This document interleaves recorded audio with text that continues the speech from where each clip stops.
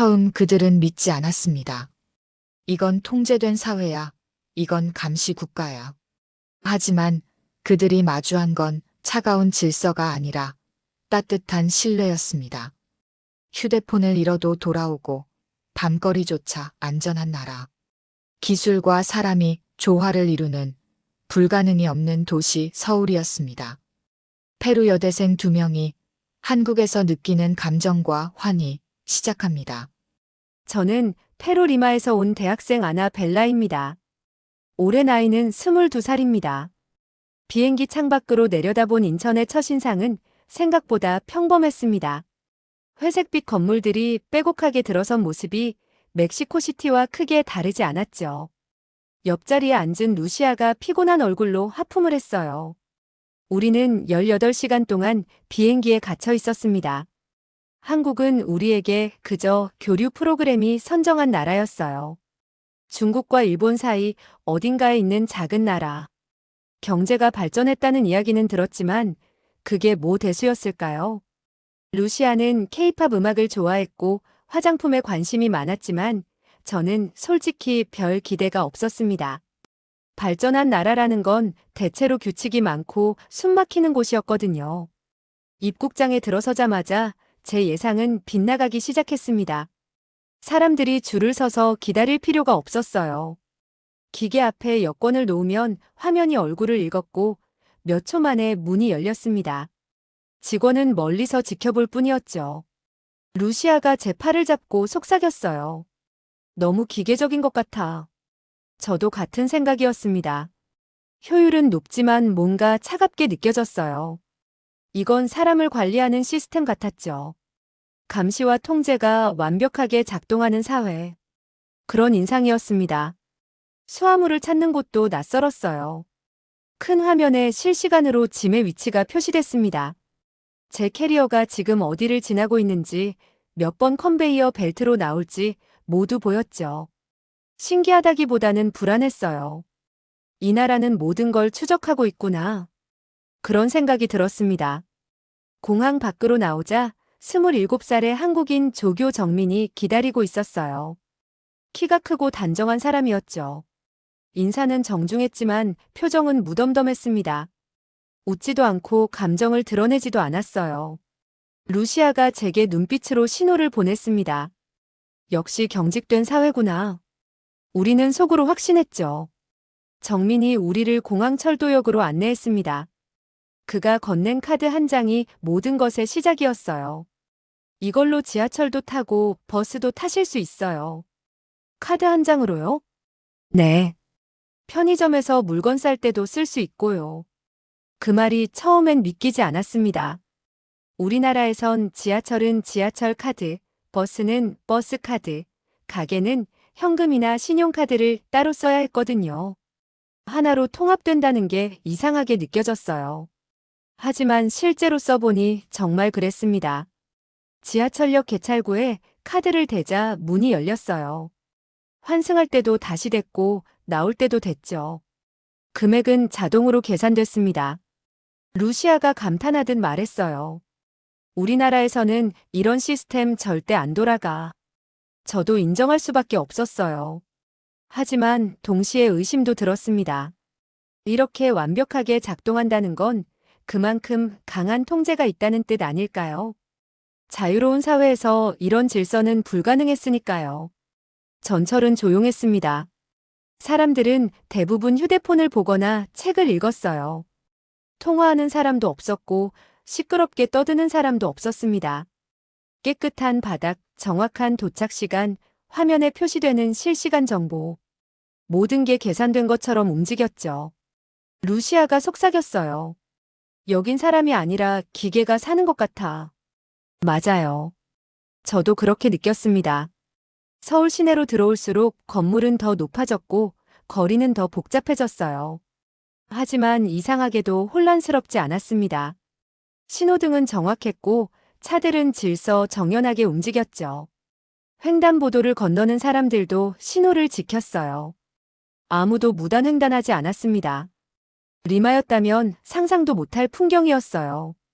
정민이 우리를 홍대 근처 숙소로 데려갔습니다. 작은 호텔이었는데 로비에 직원이 없었어요. 대신 커다란 기계가 서 있었죠. 여기서 체크인하시면 돼요. 정민이 화면을 몇 번 터치하자 예약 정보가 떴습니다.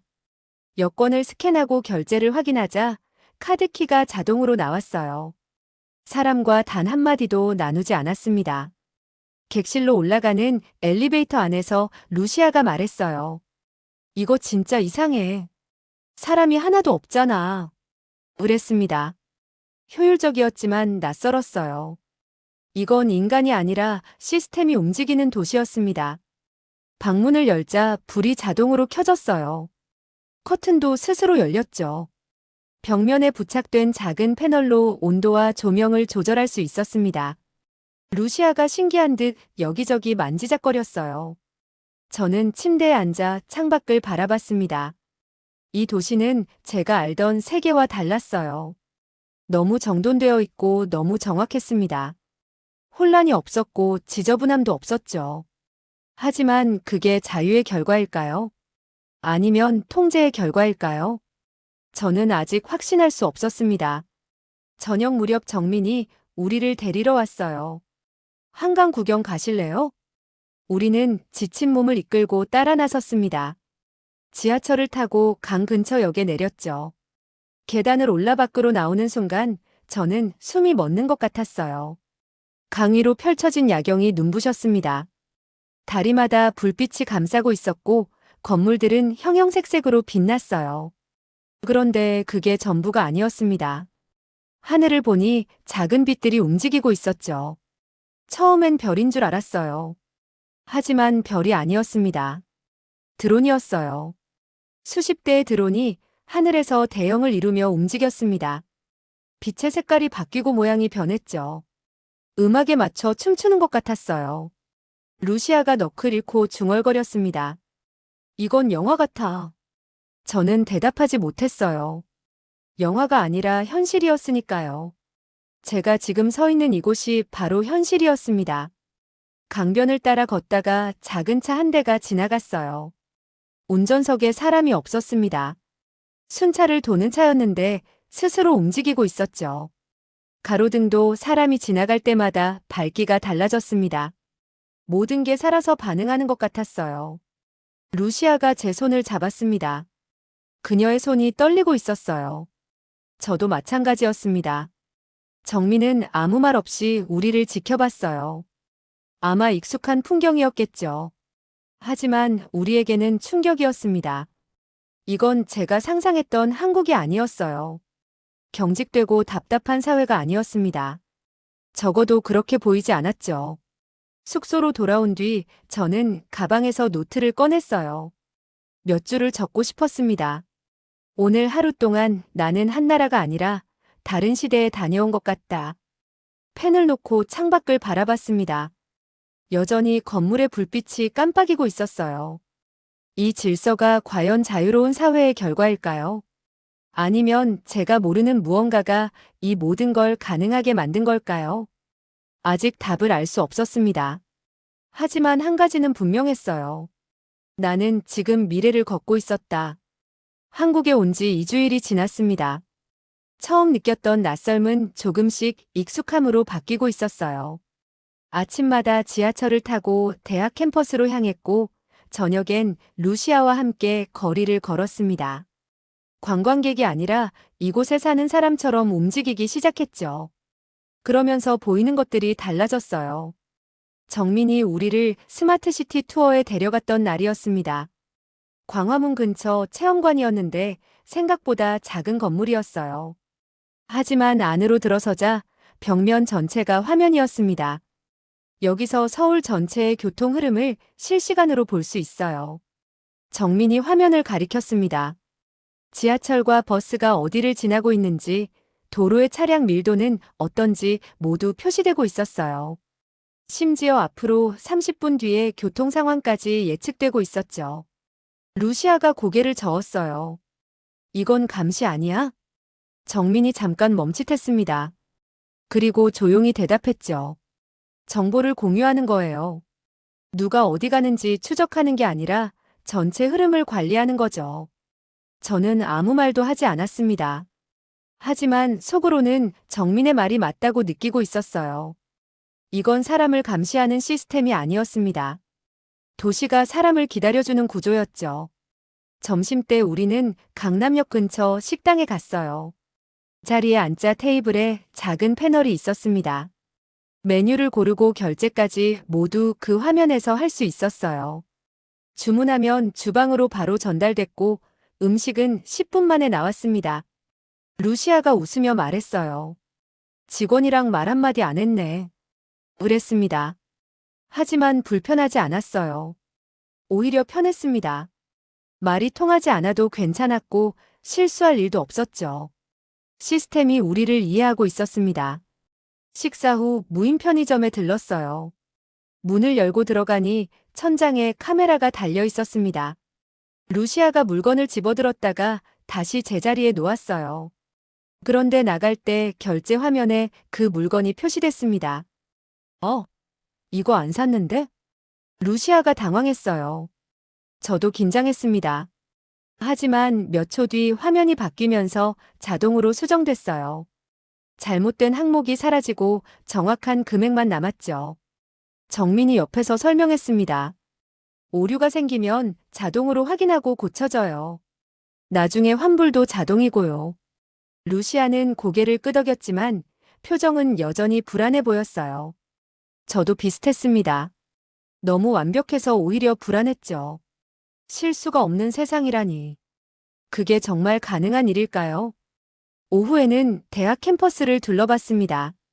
도서관에 들어가려면 학생증을 찍어야 했어요. 자리도 미리 예약해야 했죠. 심지어 몇 층 어느 구역에 자리가 남았는지 앱으로 확인할 수 있었습니다. 루시아가 한숨을 쉬었어요. 우리 학교는 자리 찾으려고 30분씩 헤매는데 저도 같은 기억이 났습니다. 리마에서는 도서관 자리를 잡으려면 일찍 가야 했고 그래도 자리가 없으면 복도 바닥에 앉곤 했죠.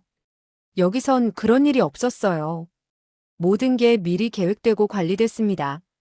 카페에서 커피를 주문할 때도 마찬가지였어요. 앱으로 미리 주문하면 도착했을 때 바로 받을 수 있었습니다. 줄 설 필요가 없었죠. 기다림이 사라진 사회였어요. 루시아가 중얼거렸습니다. 이건 인간이 아니라 프로그램이 지배하는 세상 같아. 저는 반박하지 못했어요. 어쩌면 맞는 말일 수도 있었으니까요. 하지만 동시에 이런 생각도 들었습니다. 이 편리함이 우리 삶을 더 여유롭게 만들고 있는 건 아닐까? 지루한 대기 시간이 사라지면 사람들은 더 많은 걸 할 수 있지 않을까? 그런 모순된 감정을 안고 있을 때였어요. 저녁 무렵 우리는 홍대 근처 작은 카페에 앉아 있었습니다. 루시아가 화장실에 다녀온 뒤 갑자기 얼굴이 하얗게 질렸어요. 내 폰이 없어. 테이블 위를 뒤졌지만 없었습니다. 가방 안도 확인했지만 보이지 않았어요. 루시아의 손이 떨렸습니다. 여기 둔 것 같은데. 누가 가져간 거야? 저도 당황했습니다. 리마였다면 이미 끝난 일이었을 거예요. 분실물은 거의 돌아오지 않았으니까요. 루시아가 울먹이기 시작했죠. 정민에게 전화를 걸었습니다. 그는 10분 만에 도착했어요. 루시아의 이야기를 듣더니 자신의 휴대폰에서 앱을 열었습니다. 분실물 신고할게요. 위치 추적도 해볼 수 있어요.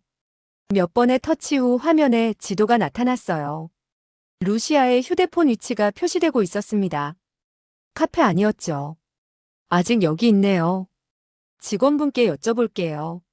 정민이 카운터로 갔습니다. 직원과 짧게 이야기를 나눴어요. 곧 직원이 서랍에서 휴대폰을 꺼내왔습니다. 손님이 두고 가신 것 같아서 보관하고 있었어요. 루시아가 휴대폰을 받아들었습니다. 손이 여전히 떨리고 있었어요. 하지만 이번엔 두려움이 아니라 다른 감정 때문이었죠. 고맙습니다. 정말 고마워요. 카페 밖으로 나온 루시아가 울먹이며 말했어요. 우리나라에서는 절대 이런 일은 안 일어나. 그 말이 제 가슴을 찔렀습니다. 정민이 조용히 말했어요. 분실물 센터가 잘 돼 있어서요. 경찰이랑도 연결되고 실시간으로 확인할 수 있거든요. 저는 그제야 깨달았습니다.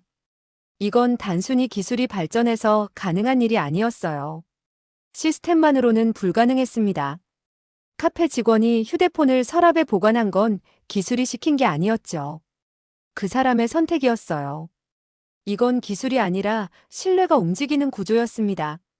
사람들이 서로를 믿고 있었어요. 주운 물건을 돌려줘야 한다는 걸 당연하게 여겼고, 시스템은 그걸 더 쉽게 만들어줄 뿐이었죠. 기술은 도구였습니다. 진짜 중요한 건 사람들의 마음이었어요. 숙소로 돌아오는 길에 루시아가 말했습니다. 나 완전히 틀렸어. 이 나라는 차가운 게 아니야. 저도 고개를 끄덕였습니다. 처음 공항에서 느꼈던 냉정함은 오해였어요. 그건 냉정이 아니라 정확함이었습니다. 불필요한 혼란을 줄이고 서로의 시간을 존중하는 방식이었죠. 방으로 돌아와 창문을 열었습니다. 서울의 야경이 여전히 빛나고 있었어요. 처음엔 이 도시가 빛의 도시라고 생각했습니다. 하지만 지금은 달랐어요. 이곳은 정확함의 도시였습니다.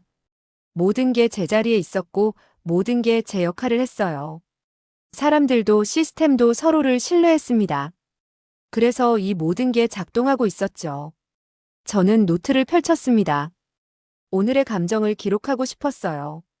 이 나라의 기술은 사람을 지치게 하지 않는다. 펜을 놓고 천장을 바라봤습니다. 여전히 모든 걸 이해한 건 아니었어요. 하지만 한 가지는 확실해졌습니다. 이 도시의 기술은 사람을 지배하지 않았다. 오히려 사람을 자유롭게 하고 있었다. 한국에 온 지 3주가 지났습니다. 이제 지하철 노선도를 보지 않아도 길을 찾을 수 있었어요. 교통카드를 찍는 손놀림도 자연스러워졌죠. 기술의 편리함은 더 이상 낯설지 않았습니다. 익숙해졌어요. 그런데 뭔가 부족한 느낌이 들었습니다. 루시아가 아침 일찍 제 방문을 두드렸어요. 오늘 명동 가자. 화장품 사러. 저는 별로 내키지 않았지만 따라 나섰습니다. 프로그램 일정이 없는 날이었고 루시아는 이미 마음을 정한 상태였거든요. 명동 거리는 생각보다 화려했어요. 간판마다 색이 달랐고 음악이 흘러나왔습니다. 사람들이 많았지만 복잡하지 않았어요. 모두 자기 속도로 걷고 있었죠. 루시아가 한 매장 앞에서 멈췄습니다. 입구에 큰 거울이 서 있었어요. 그런데 보통 거울이 아니었습니다. 루시아가 거울 앞에 서자 화면이 켜졌죠. 피부 상태를 분석해 드릴까요? 루시아가 화면을 터치했어요. 몇 초 뒤 얼굴 전체가 스캔됐습니다. 수분, 유분, 모공, 색소 침착까지 모두 숫자로 표시됐죠. 그리고 추천 제품 목록이 나타났어요. 루시아가 웃으며 말했습니다. 이건 예쁜 게 아니라 과학이야. 저도 놀랐어요. 미를 이렇게 분석하고 측정하고 관리하는 사회라니. 화장품을 파는 게 아니라 피부를 연구하고 있었습니다. 매장 안으로 들어가니 조명이 달랐어요. 부드럽고 따뜻했습니다. 향기도 났죠. 은은한 꽃향기 같기도 하고 나무 향 같기도 했어요. 음악은 조용했지만 리듬이 있었습니다. 루시아가 여러 제품을 만져봤어요. 직원이 다가와 친절하게 설명했습니다. 피부 타입에 맞는 제품, 계절에 맞는 제품, 나이에 맞는 제품. 모든 게 세분화되어 있었어요. 저는 그 모습을 지켜보며 생각했습니다. 이 나라 사람들은 미를 대충 다루지 않는구나. 모든 걸 정확하게 이해하고 설계하고 있었어요. 명동을 나와 성수로 갔습니다. 정민이 추천한 곳이었어요. 골목마다 작은 가게들이 있었습니다. 카페, 옷가게, 소품가게. 하나같이 예쁘게 꾸며져 있었죠. 루시아가 감탄했어요. 여긴 마치 영화 세트장 같아. 맞는 말이었습니다. 모든 공간이 의도적으로 설계된 것 같았어요. 간판의 글씨체, 무늬 색깔, 창문 너머로 보이는 인테리어. 하나도 대충인 게 없었습니다. 처음엔 과하다고 느껴졌어요. 이건 소비를 부추기는 거 아닐까? 사람들을 유혹하려는 거 아닐까? 그런 생각이 들었습니다. 하지만 한 카페에 앉아 창밖을 바라보다 깨달았어요. 사람들 표정이 편안했습니다. 쇼핑백을 든 사람도, 커피를 마시는 사람도, 친구와 이야기하는 사람도 모두 여유로워 보였어요. 지쳐 보이지 않았습니다. 이 사람들은 미를 통해 쉬고 있었어요. 예쁜 공간에서 예쁜 물건을 보며 일상의 피로를 덜어내고 있었죠. 이건 과잉이 아니었습니다. 필요였어요. 저녁 무렵 정민에게서 연락이 왔습니다. 오늘 공연 보러 갈래요? 작은 공연인데 괜찮으면. 우리는 홍대 근처 작은 공연장으로 갔어요. 100명 정도 들어갈 수 있는 공간이었습니다. 무대는 작았지만 조명과 음향 시설은 제대로 갖춰져 있었어요. 인디밴드 공연이었습니다. 4명의 젊은 사람들이 무대에 올랐죠. 기타와 드럼과 베이스와 키보드. 첫 곡이 시작되자 공연장 전체가 달라졌어요. 조명이 음악에 맞춰 움직였습니다. 색이 바뀌고 밝기가 변했어요. 음향은 완벽했습니다. 악기 하나하나가 선명하게 들렸죠. 목소리도 또렷했어요. 관객들은 조용히 듣다가 박수를 쳤습니다. 환호했지만 질서가 있었어요. 서로를 방해하지 않았죠. 열정과 절제가 함께 있었습니다. 저는 그 순간 깨달았어요. 이 나라 사람들은 감정을 관리하고 있었습니다. 기분을 설계하고 있었어요. 공연 하나를 만드는데도 조명과 음향과 공간과 타이밍을 모두 계산했죠. 즉흥이 아니라 완성도였어요. 루시아가 제 손을 잡았습니다. 그녀의 눈이 반짝이고 있었어요. 이거 진짜 좋다. 저도 고개를 끄덕였습니다. 좋았어요. 단순히 노래가 좋아서가 아니었습니다. 모든 게 제자리에 있어서 좋았죠. 혼란이 없었고 불필요한 소음도 없었어요. 순수하게 음악만 느낄 수 있었습니다. 공연이 끝나고 우리는 근처 야시장으로 갔어요. 포장마차들이 늘어선 거리였습니다. 김치전을 굽는 냄새, 떡볶이 끓는 소리, 호떡 터지는 향기. 모든 게 뒤섞여 있었어요. 루시아가 떡볶이를 주문했습니다. 빨간 소스에 떡과 어묵이 담겨 나왔어요. 김이 모락모락 났죠. 루시아가 한 입 베어 물더니 눈을 크게 떴습니다. 이거 맵지만 달아. 그리고 진짜 맛있어. 저도 하나 집어 먹었어요. 맵고 달고 쫄깃했습니다. 단순한 맛이 아니었어요. 여러 감정이 한꺼번에 밀려왔죠. 따뜻함, 활기, 행복. 그런 것들이 맛 속에 들어 있었습니다. 주변을 둘러봤어요. 사람들이 웃고 있었습니다. 이야기하고 먹고 마시며 즐기고 있었어요. 이건 단순한 저녁 식사가 아니었습니다. 삶의 축제였어요. 루시아가 조용히 말했습니다. 이 나라 사람들은 행복해 보여. 그 말이 제 가슴에 박혔어요. 루시아의 눈가에 눈물이 맺혔습니다. 저도 비슷한 감정이었어요. 이 나라 사람들은 기술만 발전시킨 게 아니었습니다. 삶을 풍요롭게 만드는 법을 알고 있었어요. 효율만 추구하는 게 아니었죠. 아름다움을 추구했습니다. 편리함만 원하는 게 아니었어요. 기쁨을 원했죠. 그리고 그걸 실제로 만들어내고 있었습니다. 숙소로 돌아와 거울 앞에 섰습니다. 제 얼굴을 보니 달라진 게 느껴졌어요. 표정이 부드러워졌습니다. 눈빛도 달랐죠. 처음 인천공항에 내렸을 때의 저는 긴장하고 경계하고 있었어요. 지금은 아니었습니다. 저는 변했습니다. 더는 한국을 기술의 나라로만 볼 수 없었어요. 여기엔 기술 이상의 것이 있었습니다. 감성이 있었고 배려가 있었죠. 사람들은 서로의 기분을 생각했고 공간을 아름답게 만들었어요. 음식 하나를 만들 때도 정성을 다했습니다. 이 모든 게 그냥 생긴 게 아니었어요. 누군가 고민하고 설계하고 실천한 결과였죠. 사회 전체가 삶의 질을 높이려고 노력하고 있었습니다. 창밖을 바라봤어요. 서울의 밤은 여전히 빛나고 있었습니다. 하지만 이제 그 빛이 다르게 보였어요. 차갑지 않았습니다. 따뜻했어요. 노트를 펼치고 펜을 들었습니다. 오늘의 감정을 기록하고 싶었어요. 이 나라의 진짜 힘은 아직 다 이해하지 못했다. 하지만 한 가지는 확실하다. 펜을 멈추고 천장을 올려다봤습니다. 내일은 또 무엇을 배우게 될까요? 이 나라에는 아직 제가 모르는 것들이 더 많았습니다. 이 나라는 기술로 움직이지만 마음으로 숨쉬고 있었다. 한국에서의 마지막 날이 밝았습니다. 창문을 열자 익숙한 서울의 아침이 보였어요. 지하철 소리, 사람들의 발걸음, 신호등의 규칙적인 변화. 이 모든 게 이제는 낯설지 않았습니다. 저는 이 도시의 리듬에 익숙해졌어요. 가방을 정리하며 생각했습니다. 한 달 전 이곳에 처음 왔을 때 저는 무엇을 기대했을까요? 발전한 기술, 경직된 사회, 차가운 사람들. 그런 것들이었죠. 하지만 제가 본 건 전혀 달랐습니다. 아침을 먹고 혼자 거리를 걸었어요. 마지막으로 이 도시를 기억하고 싶었습니다. 횡단보도 앞에 섰을 때였어요. 신호등이 바뀌며 바닥에 불빛이 켜졌습니다.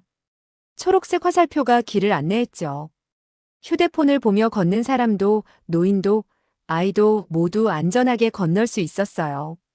이건 그냥 신호등이 아니었습니다.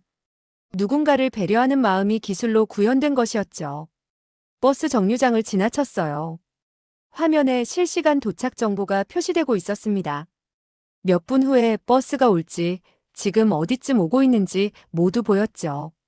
사람들은 초조하게 기다리지 않았어요. 시간을 알고 있었으니까요. 작은 공원에 들어갔습니다. 벤치마다 태양광 충전기가 달려 있었어요. 휴대폰을 충전할 수 있었죠. 쓰레기통은 종류별로 나뉘어 있었고 깨끗했습니다. 가로등에는 작은 스피커가 달려 있어서 조용한 음악이 흘러나왔어요. 이 모든 게 계획된 것이었습니다. 누군가 고민하고 설계하고 실천한 결과였어요. 도시 전체가 사람을 생각하며 만들어졌죠. 저녁 무렵 루시아와 함께 한강으로 갔습니다. 강변을 따라 걸으며 루시아가 말했어요. 한 달이 정말 빨리 지나갔다. 맞아요. 저도 같은 생각이었습니다. 그런데 이상하게 긴 시간처럼 느껴지기도 했어요. 많은 걸 봤고 많은 걸 느꼈으니까요. 하늘에서 드론이 날고 있었습니다. 순찰을 도는 것 같았어요. 가로등은 사람이 지나가면 밝아졌다가 다시 어두워졌죠. 자율주행 청소차가 조용히 지나갔습니다. 루시아가 중얼거렸어요. 이건 너무 인공적이야. 뭔가 자연스럽지 않아. 저는 대답하지 않았습니다. 예전이었다면 동의했을 거예요. 하지만 지금은 달랐습니다. 이건 인공이 아니라 배려였어요. 밤에도 안전하게 걸을 수 있도록, 에너지를 낭비하지 않도록, 환경을 지키면서도 편리하도록 그런 것들을 고민한 결과였죠. 사람들이 강변을 걷고 있었습니다. 늦은 시간인데도 많았어요. 조깅하는 사람, 자전거 타는 사람, 산책하는 가족들. 모두 편안해 보였습니다. 이 사회는 발전과 여유가 공존하고 있었어요. 빠르게 움직이면서도 쉴 수 있었습니다. 효율적이면서도 여유로웠죠. 그게 어떻게 가능한 걸까요? 다음 날 프로그램 종료식이 있었습니다. 작은 강당에 학생들과 교수들이 모였어요. 김현우 교수가 무대에 올라 짧은 인사말을 했습니다. 여러분이 한국에서 무엇을 느꼈는지 저는 정확히 알 수 없습니다. 하지만 한 가지만 기억해 주셨으면 합니다. 한국의 발전은 기술이 아니라 마음의 속도에서 비롯됐습니다. 그 말이 제 가슴에 박혔어요. 마음의 속도. 저는 한 달 동안 본 모든 것들을 떠올렸습니다. 인천공항의 자동 시스템, 교통카드 하나로 통합된 결제, 분실물이 돌아오는 사회, 아름다운 거리와 공간, 정성스러운 음식과 공연. 그 모든 게 기술 덕분만은 아니었어요. 기술은 도구였습니다. 진짜 이유는 사람들의 마음이었죠. 불편함을 그냥 두지 않으려는 마음, 서로를 배려하는 마음, 더 나은 삶을 만들려는 마음. 문화는 그 마음을 표현하는 언어였어요. 기술을 사람답게 만드는 방식이었죠. 식이 끝나고 정민을 만났습니다. 한 달 동안 고마웠어요. 정민이 조용히 웃었어요. 별로 해드린 게 없는데요. 한국은 완벽하지 않아요. 하지만 불편을 그냥 두지 않죠. 그 말이 모든 걸 설명해 주는 것 같았습니다. 한국은 완벽한 나라가 아니었어요. 문제도 있을 거고 어려움도 있을 겁니다. 하지만 이 나라 사람들은 문제를 보면 해결하려고 했어요. 불편함을 발견하면 개선하려고 했죠. 포기하지 않았습니다. 그게 이 나라를 여기까지 오게 한 힘이었어요. 인천공항으로 가는 날이 왔습니다. 한 달 전과 같은 길이었어요. 하지만 제 눈에 보이는 풍경은 완전히 달랐습니다. 지하철 안내 화면이 따뜻하게 느껴졌어요. 자동 개찰구가 편리하게 느껴졌죠. 공항 안내 로봇이 친절하게 보였습니다. 똑같은 것들인데 달라 보였어요. 제가 변한 겁니다. 출국 심사를 마치고 게이트로 향했습니다. 정민이 배웅을 나왔어요. 루시아와 함께 마지막 인사를 나눴습니다. 언젠가 다시 오세요. 여긴 변하지만 사람의 마음은 그대로일 거예요. 저는 말로 대답하지 못했어요. 고개만 끄덕였습니다. 목이 메었거든요. 정민이 손을 흔들었고 저도 손을 들었습니다. 그리고 돌아섰죠. 탑승 게이트 밖 유리창으로 서울이 보였어요. 높은 건물들, 빛나는 불빛들, 움직이는 차들. 한 달 전엔 그저 낯선 도시였는데 이제는 달랐습니다. 이 도시는 제게 많은 걸 가르쳐 줬어요. 기술의 의미, 문화의 힘, 배려의 가치. 그리고 무엇보다 발전이란 게 단순히 경제적 성장이 아니라는 것을요. 진짜 발전은 사람을 행복하게 만드는 거였습니다. 비행기에 올랐습니다. 창가 자리에 앉아 안전벨트를 맸어요. 비행기가 천천히 움직이기 시작했죠. 활주로를 달리며 속도가 빨라졌습니다. 그리고 땅에서 떠올랐어요. 창밖으로 서울이 점점 작아졌습니다. 불빛들이 반짝였어요. 도로의 불빛, 건물의 불빛, 거리의 불빛. 모두 아름다웠습니다. 그 빛 하나하나에 사람들의 삶이 있었고 노력이 있었죠. 루시아가 옆에서 잠들었습니다. 저는 계속 창밖을 바라봤어요. 한 달 전 저는 한국을 오해하고 있었습니다. 편견을 가지고 있었죠. 하지만 이제는 압니다. 제가 본 건 단순한 기술이 아니었어요. 사람을 향한 마음이었습니다. 부러움이란 감정을 처음 제대로 느꼈어요. 예전엔 부러움이 비교해서 온다고 생각했습니다. 누가 더 많이 가졌는지, 누가 더 앞서 있는지. 그런 것들이요. 하지만 진짜 부러움은 달랐어요. 배움에서 시작됐습니다. 저 사람들은 어떻게 저렇게 살까? 나도 저렇게 살 수 있을까? 그런 질문에서 나왔죠. 저는 한국에서 많은 걸 배웠습니다. 그리고 그 배움이 저를 성장시켰어요. 비행기가 구름 위로 올라갔습니다. 서울이 더 이상 보이지 않았어요. 하지만 괜찮았습니다. 제 마음속에 남아 있었으니까요. 노트를 꺼내 마지막 문장을 썼습니다.